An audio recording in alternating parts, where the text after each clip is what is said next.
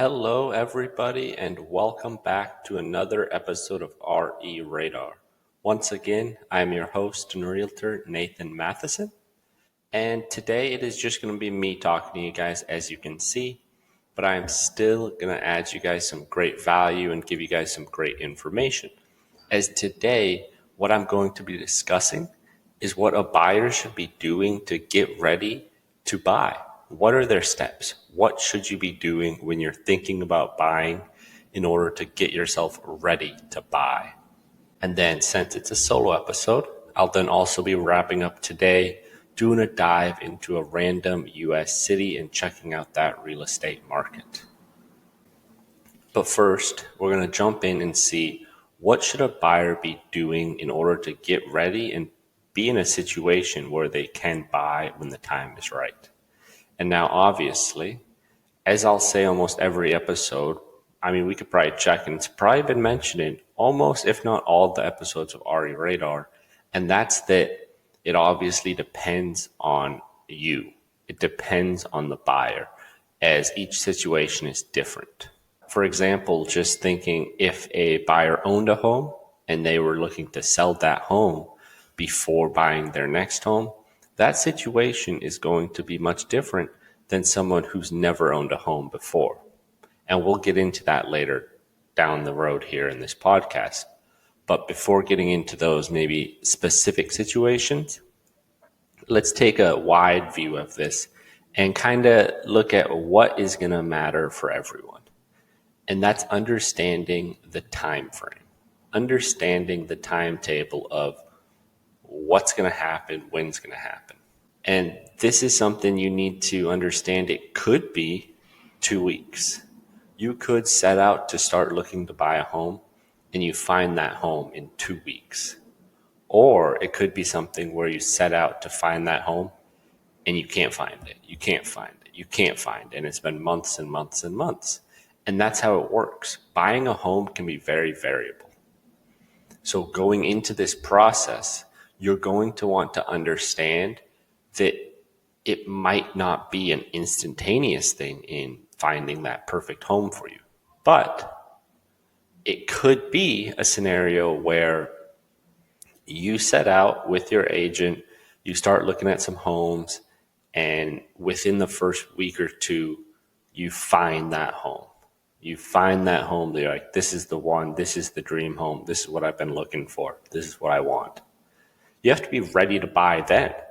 That's what I'm getting at here is you have to be in a situation where you can right then, boom, send in that offer, have the finances backed up, and get that home. Otherwise, that dream scenario of yours, that scenario where you're like, this was easy finding my home. I found it just like that. It was one of the first few I looked at.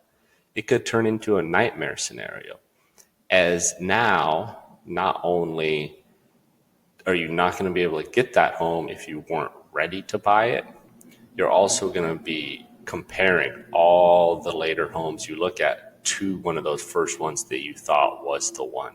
You thought this was the perfect home. And now every home after that, you're comparing it to that. And if you can't ever find a home that fits that criteria, that matches that old home, you're going to be disappointed. And so being ready, it means you've got to have those finances in order. And that's with cash or if you're getting a loan. If you're buying in cash, you're going to want to have that cash available. You're going to want to have it not tied up overseas or tied up in anything at all. And if you're getting a loan, you're going to want to have a pre-approval. You're going to want to know what you can actually afford before you even start looking at homes. Because once again, if you don't have that pre-approval, you don't really know what you can afford. And say you start looking at homes and you're going out there and you're looking at a $700,000, $800,000 home, and you see this home and you're like, oh my, this is perfect for me. I want this. This is the one. And then you go and get that pre-approval. You go and get the underwritten process to get that loan. And lo and behold, you're only approved for a loan up to $520,000 or something like that. You're going to be so disappointed. You're going to be dejected because then not only are you not able to get that $700,000 home or $800,000 home, you're going to be comparing all those homes to those original homes you were looking at and like, these homes all suck. But really, it's just, you can't get that for that price range of the $520,000 versus $700,000 home. Getting a pre-approval early is best and will set you up to have success when you start looking for homes. And if you want to learn more about this process, then check out episode 5 of RE Radar, where I talked with Senior Loan Officer of Highlands Mortgage, Tina Mitchell, and we dove into all of that good stuff on financing and the importance of it. Now, not only though does your financing have to be in order for you to be ready to buy a home and set out to start looking, you also want to be mentally ready. Buying a home is a massive undertaking. It is very likely the most expensive thing you're going to buy in your life until you buy your next home.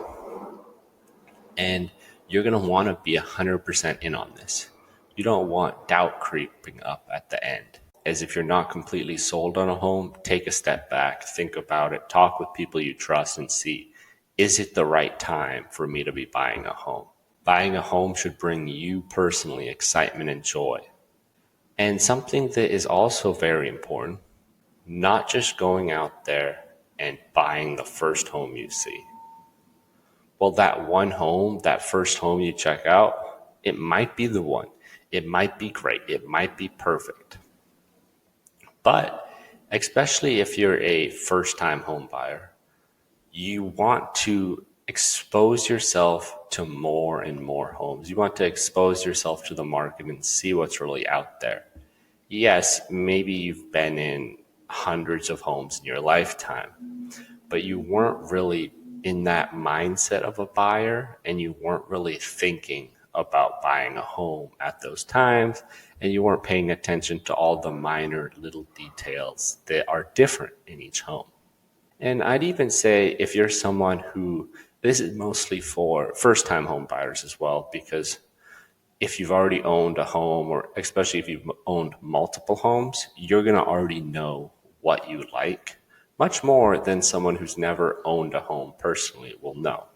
So if you go out there, it's your first time buying a home, and you're thinking, okay, I want to buy a single family home. I don't want to buy a condo.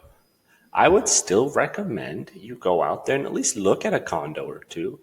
See if something about that condo attracts you to it more than those single family homes. Or maybe there's something in your head, like some sort of misconception, some sort of thing you were told way back when about condos, or vice versa. If you're someone looking for a condo specifically, you don't want a single family, I would still recommend to check out a single family, as you're going to get vastly different things in vastly different price ranges. So it's always good to check out as many potential styles as you can, because you might realize you actually do like, or you might realize you're okay with something you thought you were completely against. Like, say with a condo, you were thinking you really wanted a yard and you really wanted a big garden space, but after seeing the pros of having a condo, you're willing to forego that garden for the other benefits that a condo could give you. Looking at these properties, what you really want to be doing is you want to be finding out what you like, what you don't like, and then what you need.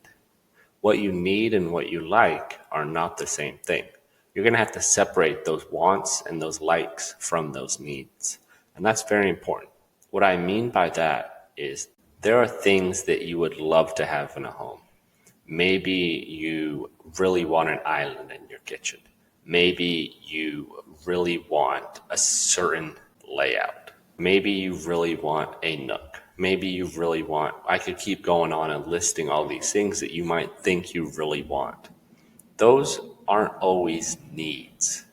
A need is something you cannot go without. And for example, just speaking on how these needs and wants can get confused, and sometimes you can think something is something you need when it's really not, is with just hardwood floors, or with carpet, with the opposite maybe even. You might be thinking you really want hardwood floors. You need hardwood floors, you're saying. Do you need hardwood floors? more often than not, someone doesn't actually need the certain flooring type. It's simply a stylistic feature they prefer. And you can get that switched out. So I would say if everything else about a home is perfect, everything else, then you should not say, nope, I don't want it. It has too much carpet. There's not enough hardwood floor in it. Then that shouldn't be a valid reason for you to dismiss that home, as you can always get that carpet replaced with hardwood floors. So just don't let that hardwood floor or not having that hardwood floor hold you back from getting into that home. Because when you get into that home, you can then replace that carpet. And I was talking with a contractor and using just some common types of wood and measurements. The cost for 2¼ inch red oak unfinished would be $15 per square foot, while pre-finished would be $13 per square foot. And that is including material, install, sanding, and finishing for these respective hardwood floors. So let's say you've got a home you're looking to buy, you like everything about it, it's all perfect, everything fits your criteria, fits your needs, except there's carpet upstairs. And you're like, I didn't want any carpet in my home. Well, let's say it's 1,000 square feet. I mean, you could get that replaced with hardwood floor for, depending on if you go with those two types, $13,000 to $15,000. And obviously, that's no small cost. But then also there are some cheaper ways you could do it as well. It's no small cost, but it's still not something that I feel should completely hold up a deal on a home that is perfect otherwise. As one of the benefits also for you would be if you buy that home and say year 2, you decide, all right, I'm going to do this project. We've saved up a little money. You get that hardwood floor installed. You are instantly increasing the value of that property and building your equity up. So that's a pro right there. Now, just listing off some other things that I feel shouldn't really be deal breakers. A big one is color. And that's something that some people might think, well, obviously. But you'd be surprised. Sometimes someone can go into a home when they're looking at it and be like, nah, I don't like it. The color's off. And that happens. But that really shouldn't be something that pushes you away. The color is changeable. And that's what it really comes down to. There's a lot in a house that is changeable and a lot in a house that is changeable for relatively a low price. So do not let those things change your mind on a home that otherwise is perfect. The needs of a client are more often or not those things that are not changeable or are very expensive if you want to be changing them. So what are examples of different needs you might have? Location. Location is a need as, let's say, someone works in a certain office.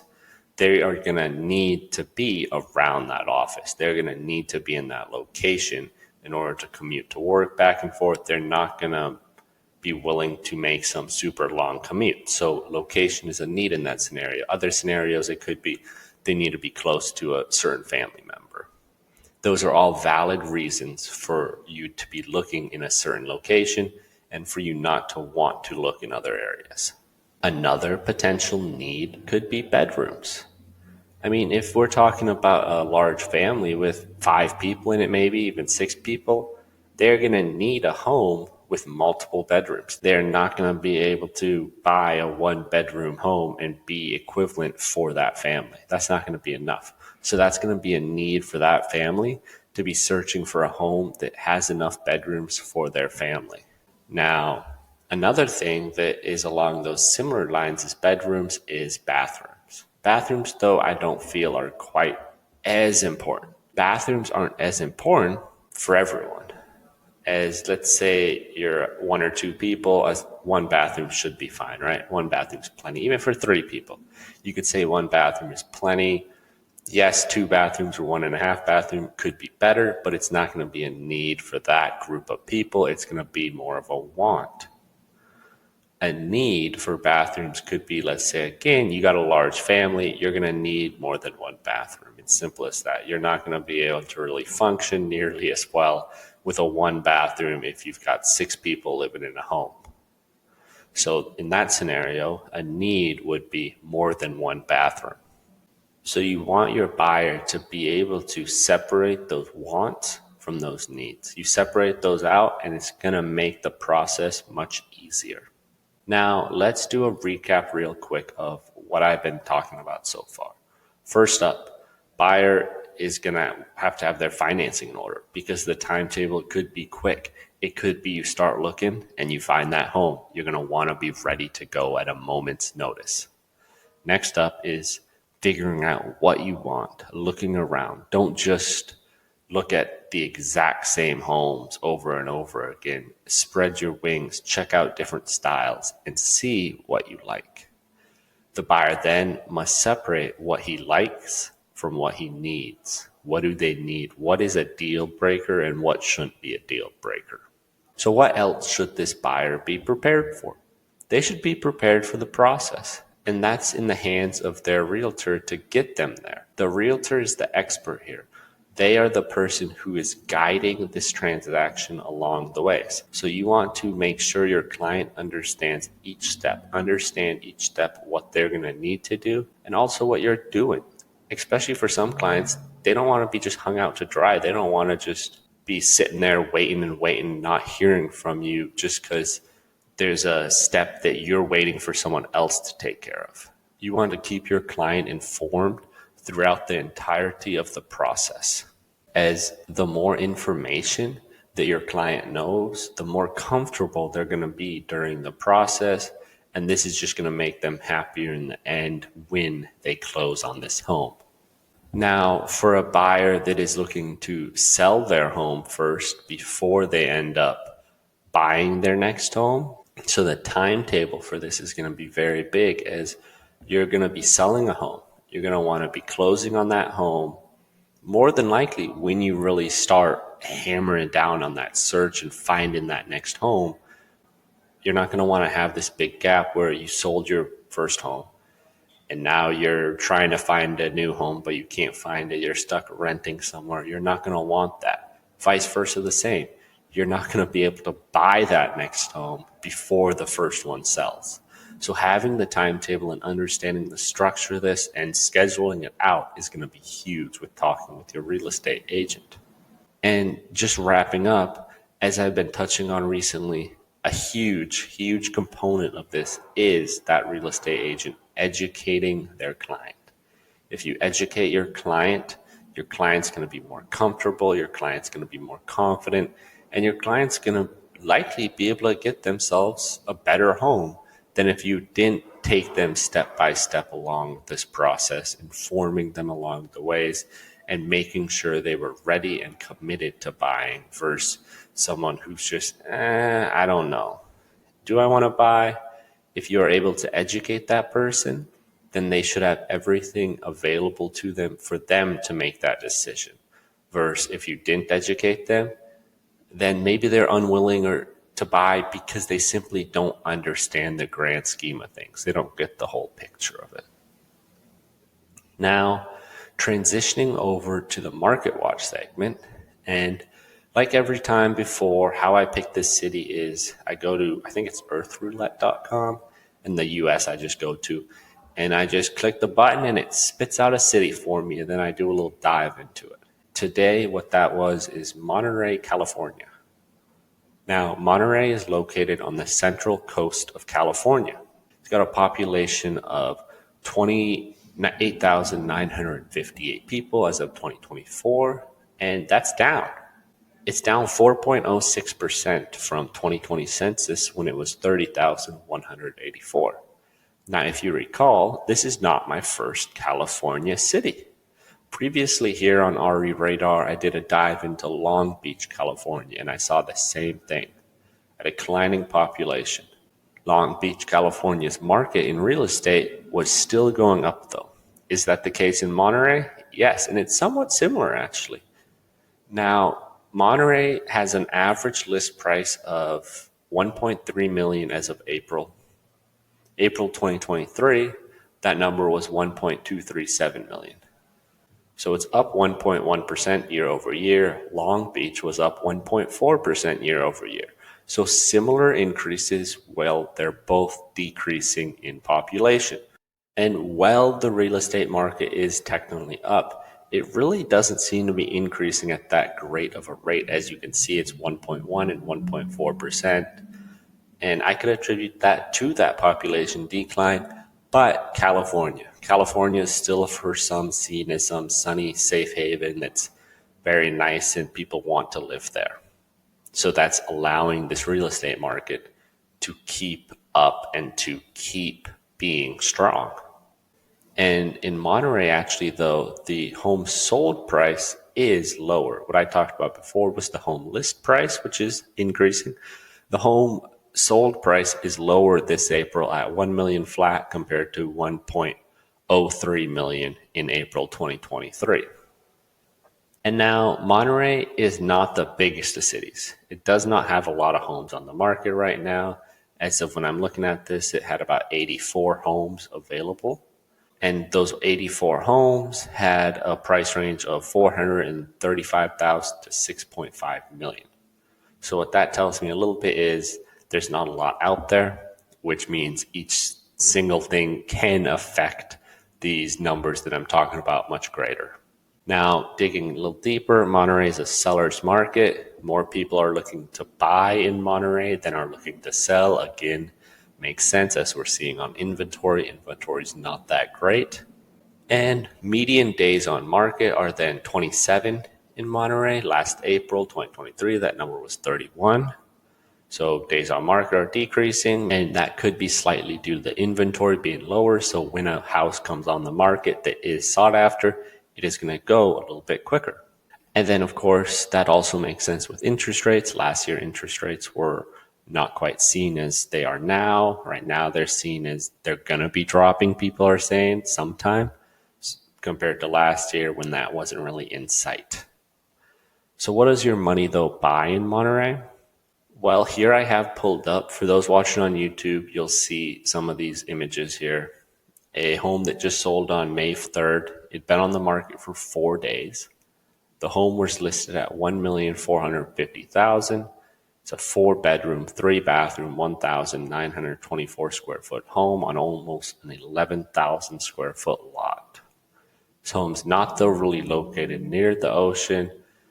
Looking at it, it doesn't have the most modern updates, and yet that home still sold for a huge price tag, which points towards Monterey being that expensive city still with real estate, with that median price of 1.3 million, as this home sold for, or it was listed for that 1.45 million. And this is just another example of that California city like Long Beach. People are leaving, but the real estate market is still holding strong enough. We'll see what happens if the populations, though, keep declining. Will the real estate market be able to maintain this hold? Now, that is all the time I have got for today. Thank you so much for joining me on RE Radar. Once again, if you have any questions about what we talked about or anything about real estate in general, I'd be happy to help you out and answer those for you. Thank you so much for listening. Thank you so much for watching. Have a good one.